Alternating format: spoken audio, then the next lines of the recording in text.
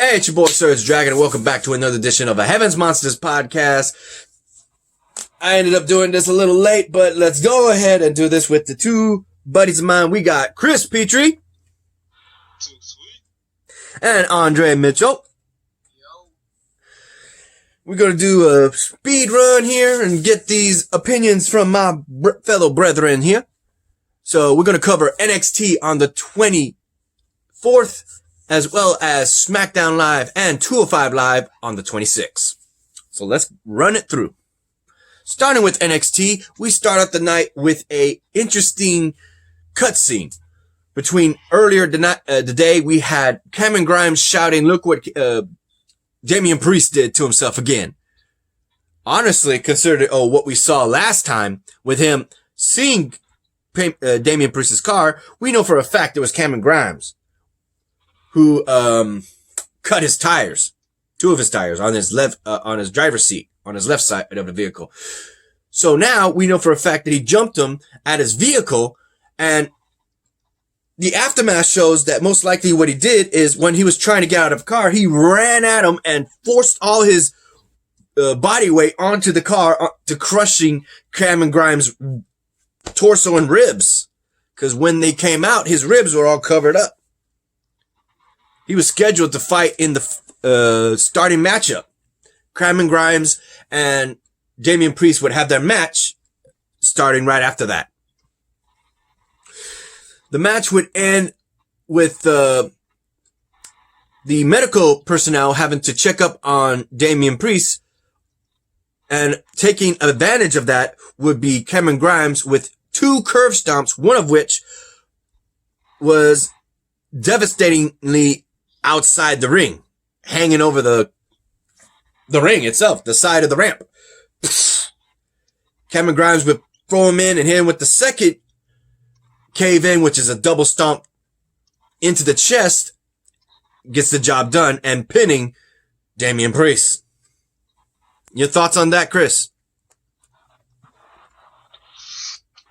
Damian Priest was at 100% because Cameron Grimes smash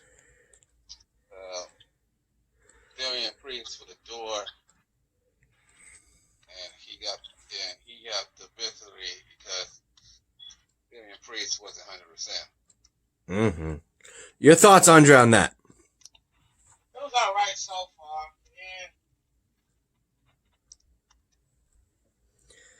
Next up, the NXT Cruiserweight Champion Santos Escobar goes up against, and I have to say it right, Jake Atlas, right? Jake Atlas. Yeah, Jake Atlas, thank you. I was about to say Jack, but I was looking at it as like Jake. In a non-title match. He makes quick work of him, winning the match, of course, with his move, the Phantom Power Driver, and it just made it look too easy. Especially with his two cronies on the outside, which is Raul Mendoza and Jacqueline Wild. Your thoughts on that, Chris?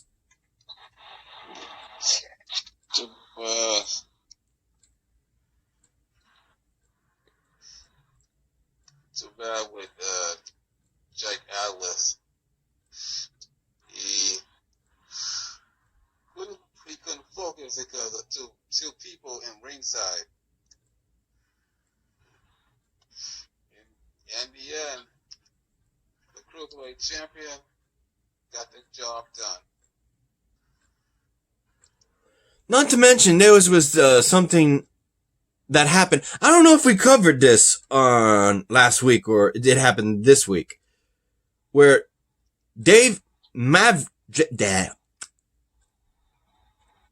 Maverick, there you go, ended up calling out Santos Escobar and saying that, a lot of people would call me a crazy fool for trying to jump you with a 3-on-1 fight, and you know what? They be right. And he jumping him, and he gets for his trouble a Phantom Driver into a table for all his trouble.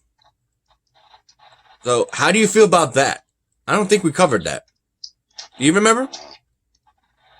Yeah, I Your thoughts on that?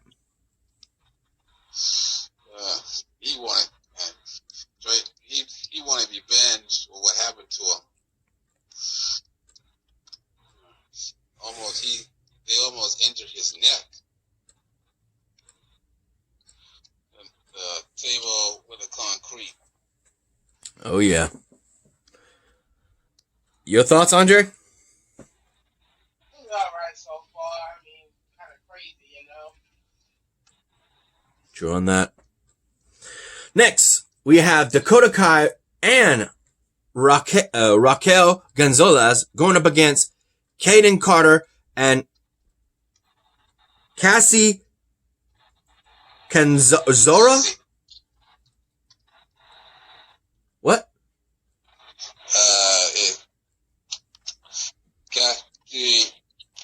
Casey, I think. Casey what?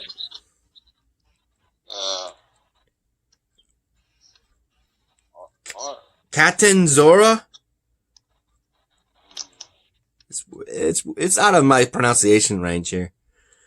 Well, either which way, these two girls try their best to fight against Dakota Kai and Raquel Gonzalez, but it's not up to snuff when the two women fight dirty and powerfully. Between strikes and power moves, they ended up winning the match, showing their dominance once again. Your thoughts?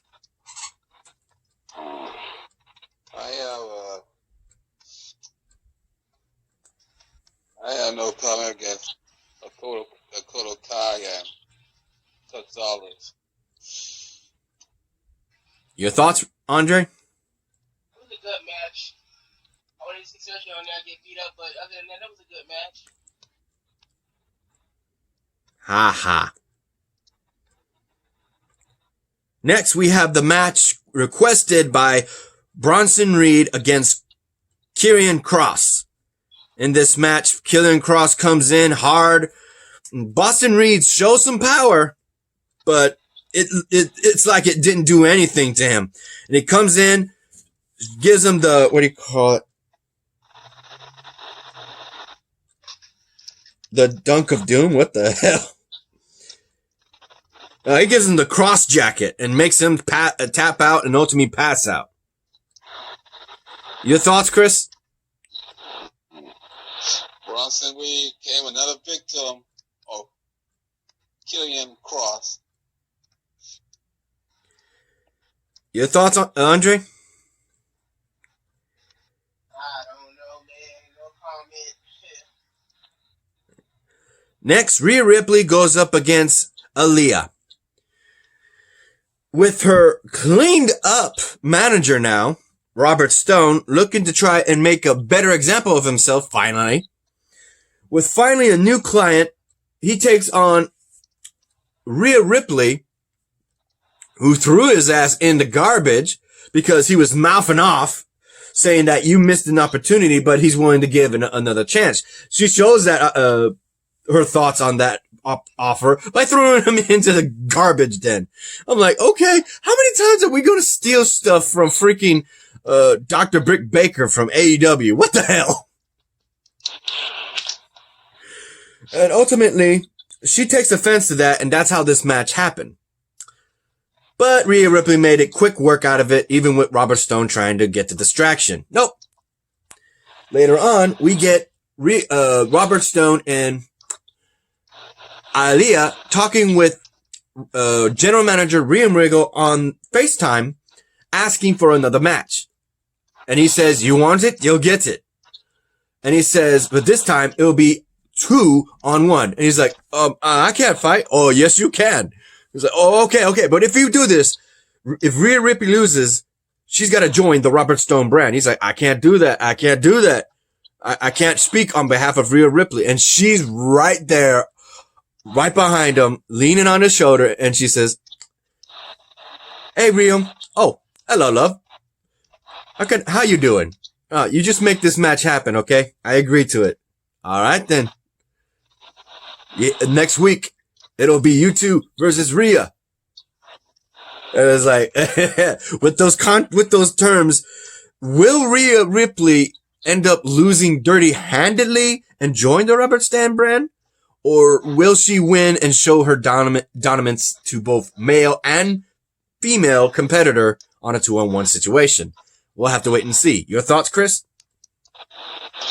We're going to destroy both of them next week. And your thoughts, 1 second.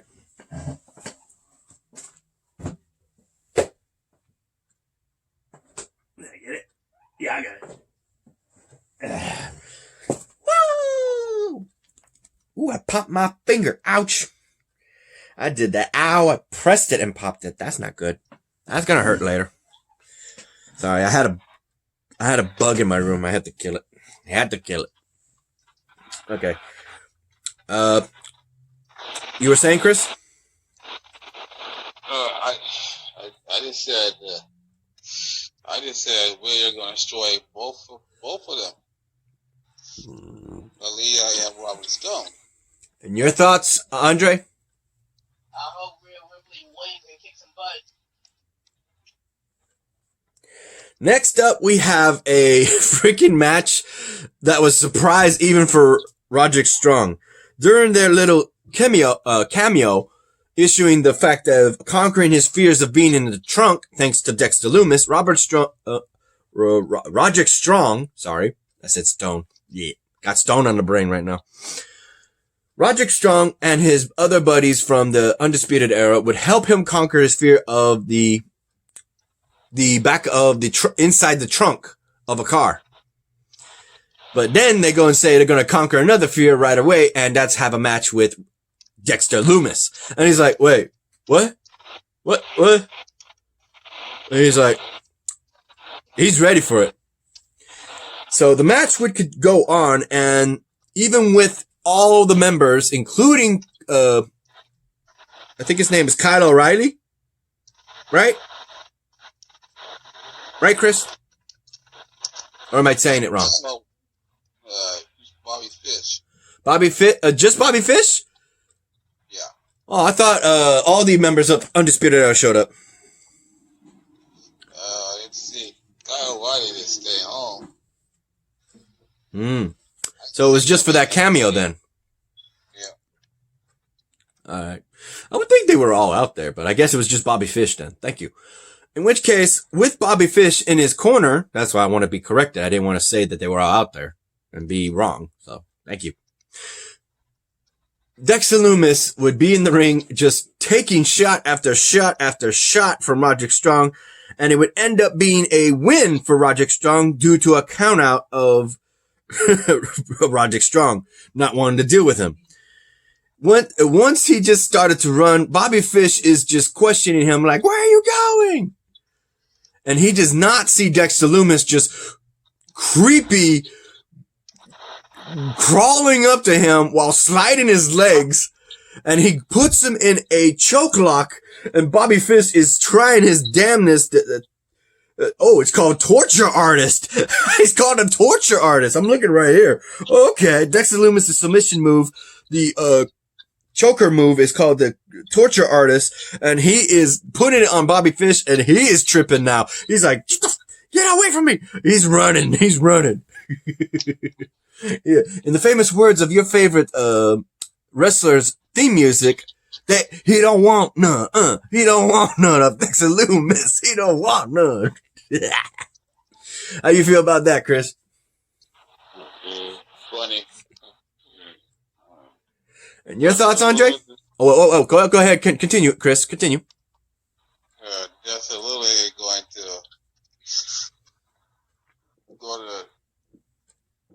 choke out every member of Undisputed Era. Oh, yeah. Your thoughts, Andre? Pretty good, I guess. Shit.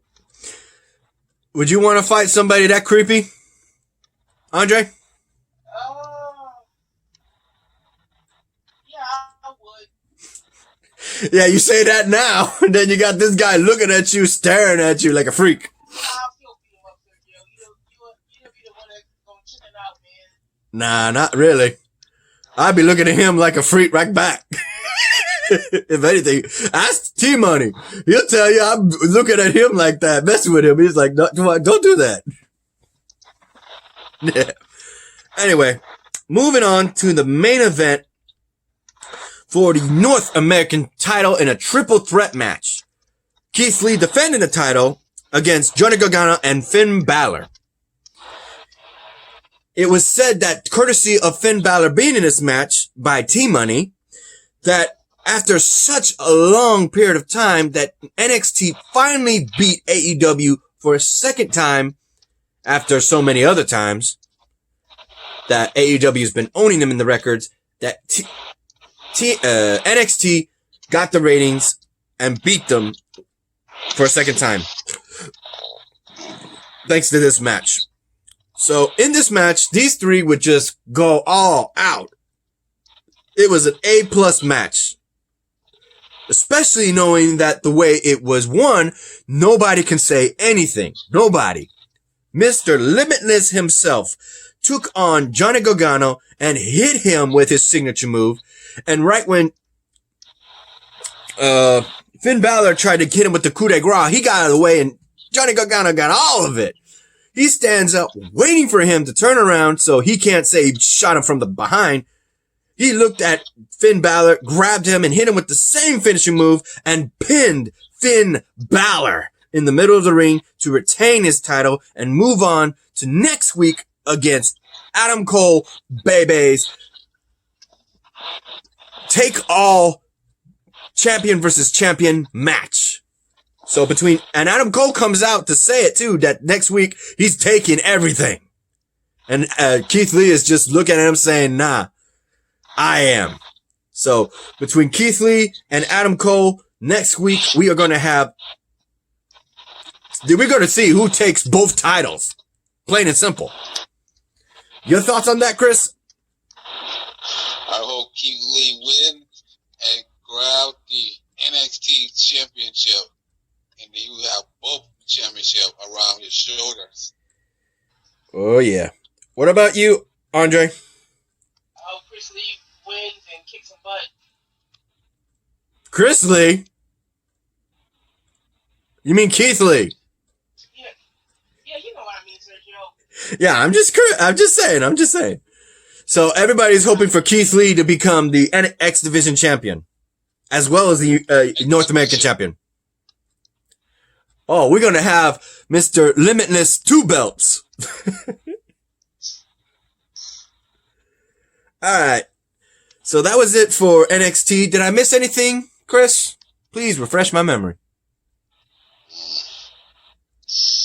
Well, we already covered Robert Stone and Aaliyah versus Rhea.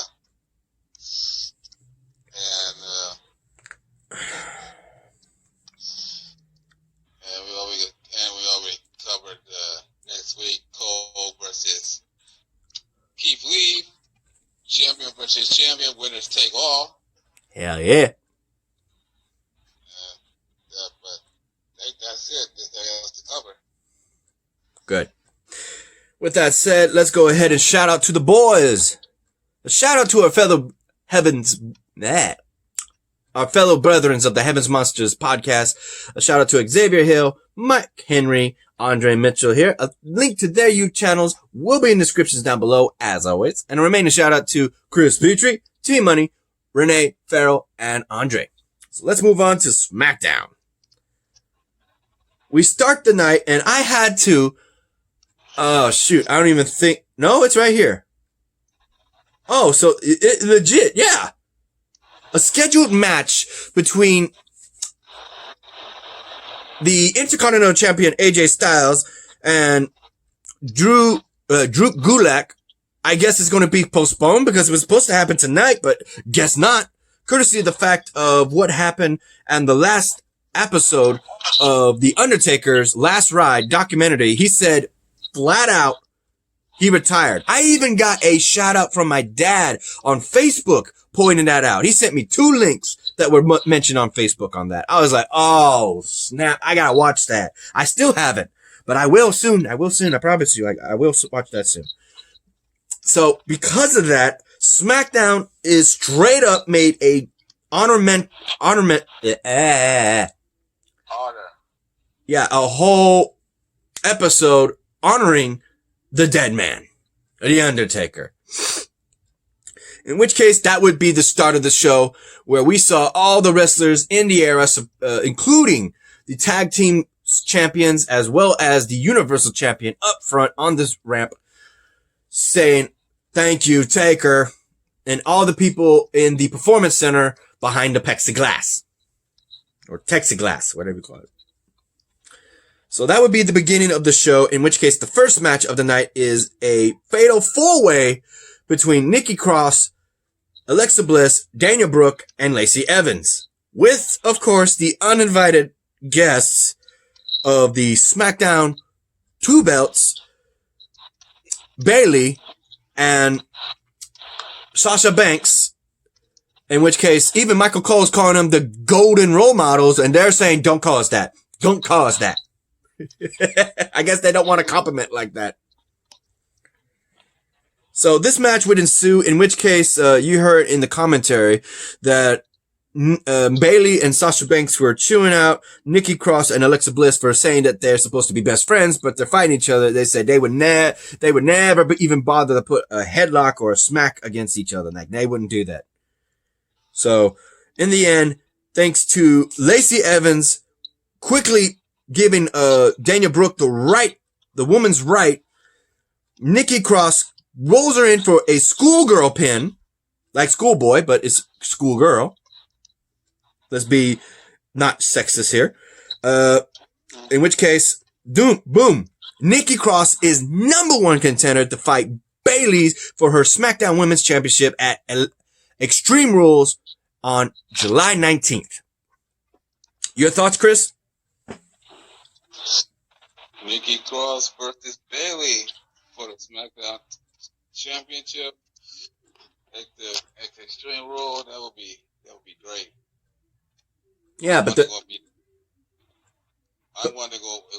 Can they put it Extreme Rules or the women's match? Yeah, where's the Extreme Rules? We haven't gotten an Extreme Rules match. We haven't got one stipulation added to any of the matches yet. Come on.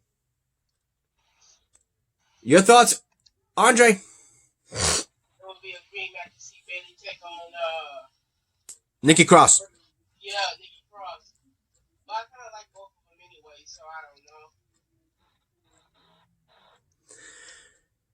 And also, we had a bonus. I know you like this, Chris. Not so much for the ending. I did. He's my number one pick. He's my number one favorite.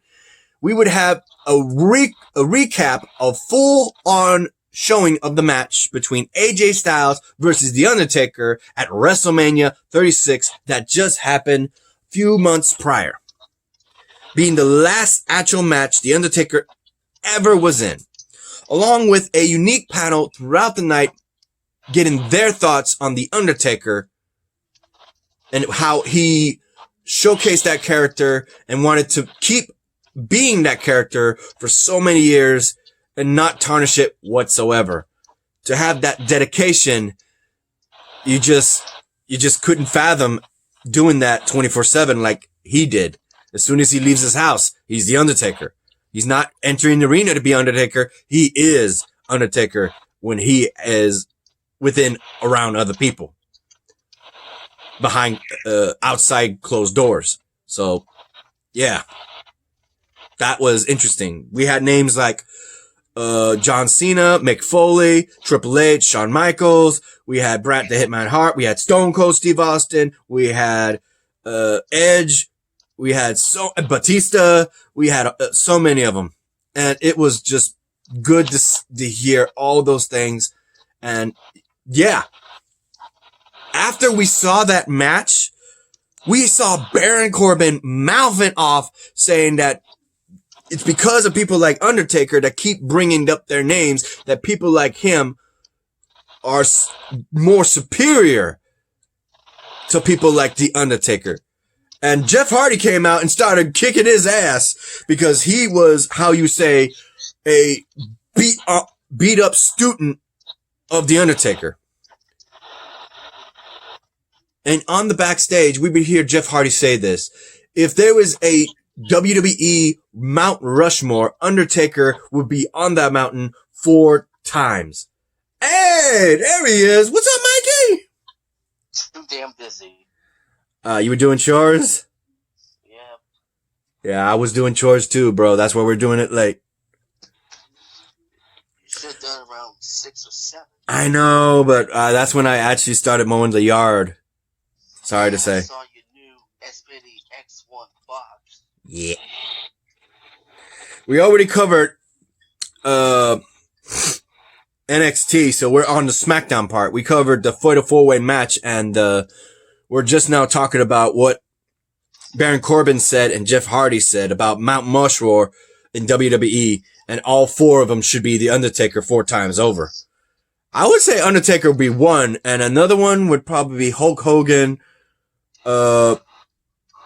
Ric Flair, and honestly, because he helped the business for so long, it'd have to be Dusty. Dusty Rhodes. Dusty Rhodes. That's my pick. If we're talking some of the 4 head figures that helped this business get to where it is today from the 80s. You had Hulk Hogan being the mega. I don't know. It could be more. I don't think you can just label WWE as just 4 heads, you know? So with that said, let's go ahead and move on to the next subject. We would have the New Day and Lucha House Party go up against Miz Morrison, Shinsuke Nakamura, and Cesaro. Considering that these individuals are all looking for a title shot against the New Day, it's actually announced that I believe, correct me if I'm wrong, but we will have a Fatal 4-Way tag team match at Extreme Rules for the SmackDown titles. Is that correct? New Day versus Shinsuke/Cesaro versus Miz Morrison versus Lucha House Party. Yeah. So this was a 8-man tag team match between the babyfaces and the heels for that Prop 2 match. In which case, the New Day and Lucha House Party get the win, and they were more than happy to dance the whole damn night. Your thoughts on that, Chris? Good match. Miz and Morrison still in a losing streak.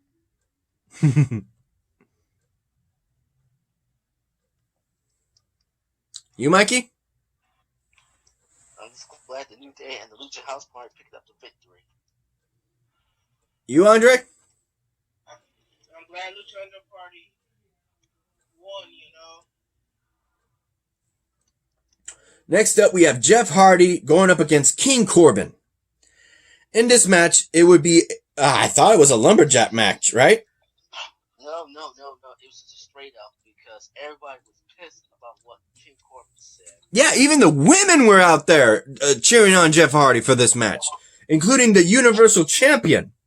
Braun Strowman was out there. Oh, that's right, before I mentioned this match, we had a word with Braun Strowman talking about Bray Wyatt.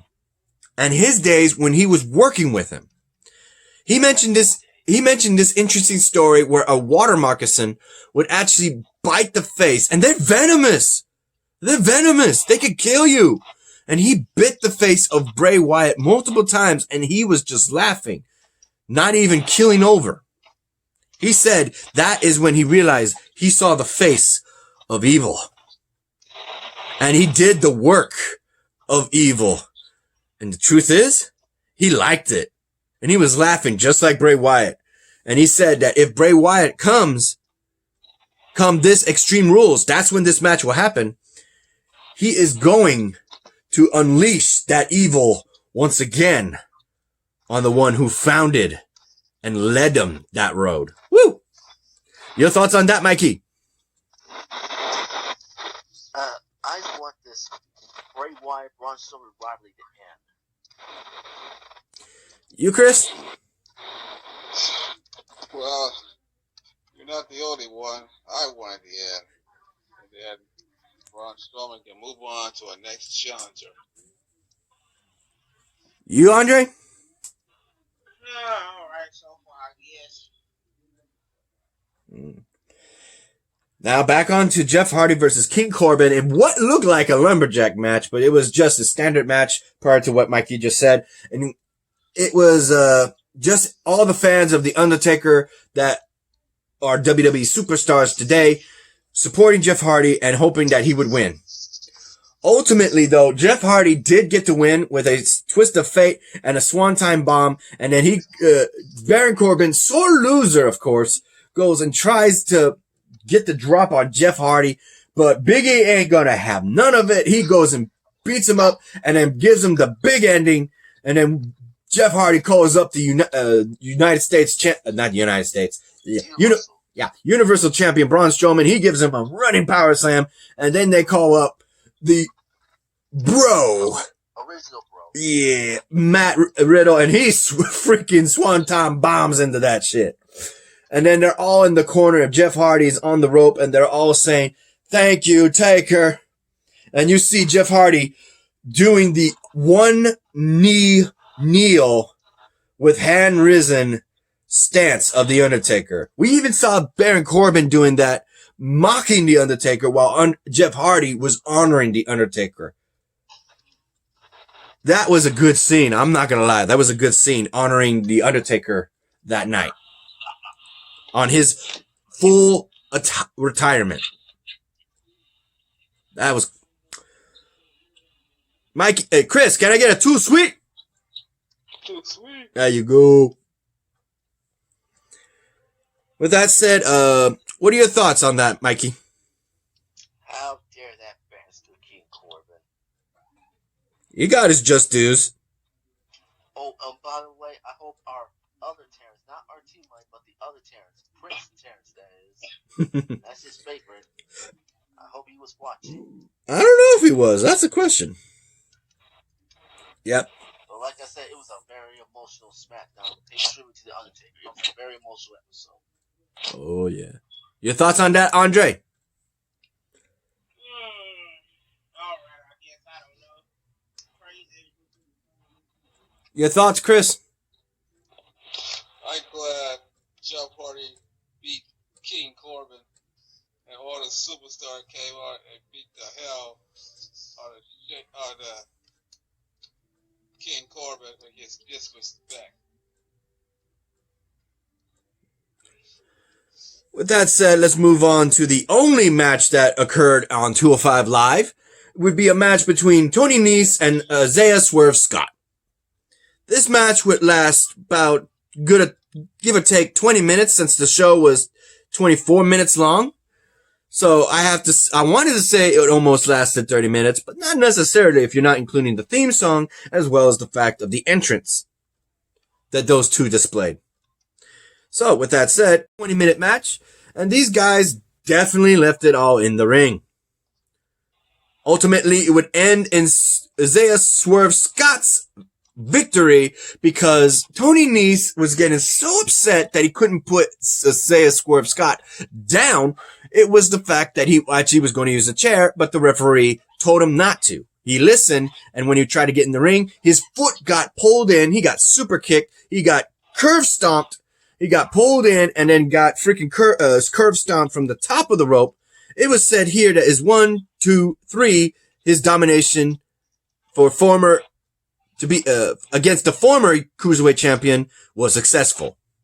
We also get a actual notification that next week, the current Cruiserweight champion will present himself next week on 205 Live to show his reign and dominance alongside his two flunkies, Raul Mendoza and Jacqueline Wilde. So, how do you feel about that match and the fact that the Cruiserweight champion is coming to 205 Live next week? Your thoughts, Mikey? It was great. Your thoughts, Chris? Great. Isaiah Swerve Scott got the victory against Tony Nese. And your thoughts on the Cruiserweight Champion showing up next week? I would say that Superstar need to beware for the Cruiserweight Champion and his two lackeys will lay way to the Cruiserweight talent. You, Andre? Pretty good. Alright, then that's all, boys. Y'all ready to end this? I already did the shout-outs, Mikey. Good. Alright, we can probably cover Impact next week. We'll do AEW in just a bit, alright? We'll actually do 2 episodes of Impact this Tuesday, hopefully. Sound good? Alright. I'll try to get done early that day so I can actually help out Terrence and we can get started on that podcast. We'll have Victor, of course. You know that. All right, so let's go ahead and end this. You like this video? Give it a thumbs up. You didn't? Give it a thumbs down. Hit that subscribe button. You like the content and hit that notification bell for the next Heaven's Monsters podcast. We're about to do AEW, so stay tuned. This is Mike Henry. Chris Petrie, Andre Mitchell, and I'm Serge Dragon. We'll see you next time. Bye.